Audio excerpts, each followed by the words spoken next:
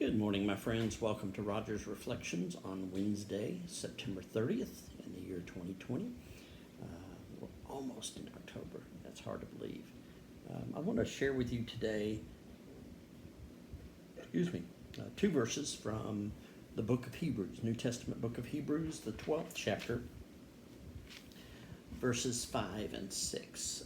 This is one of those uncomfortable passages. My child, do not regard lightly the discipline of the Lord, or lose heart when you are punished by him. For the Lord disciplines those whom he loves and chastises every child whom he accepts. And then the next one, verse 7 says, endure trials for the sake of discipline.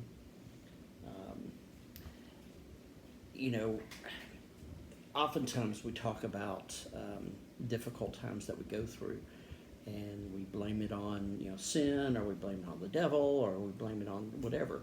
And sometimes difficult times are discipline. Sometimes we are being chastised by God. We don't like to think of that. We don't like to believe that God is going to be harsh like that.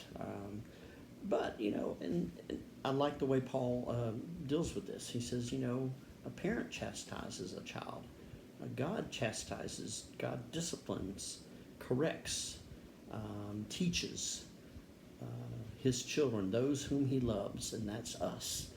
And so there are going to be times when we are corrected, times when doors will be closed and windows will be closed, and things we really, really want we don't get.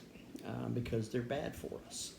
And sometimes we're forced to wait because, again, the discipline of patience is something that would be good for us.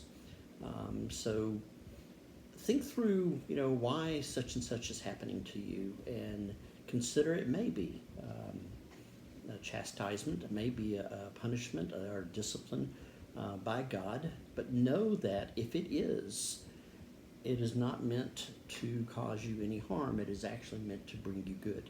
It is meant to correct. It is meant to move you forward.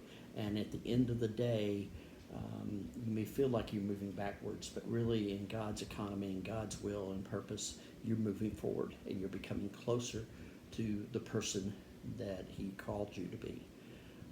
So consider that when you're going through difficult times. Think about is this a discipline from the Lord, and then if it isn't, consider what can you learn from this difficult situation. What lesson can you take from it that you can apply the next time you go through difficult times. There's always something we can get out of this if we but look. Hopefully that's been helpful. Take care, and we'll talk to you tomorrow.